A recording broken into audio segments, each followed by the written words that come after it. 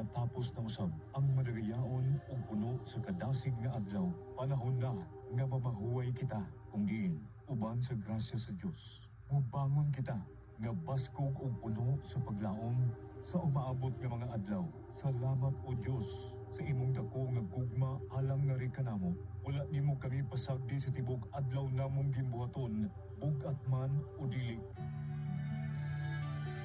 Pasilua kami sa among mga kalapasan ug tudloi kami makapadayon sa among tinguha nga mosibisyo sa tanan nga walay gipangayong balos.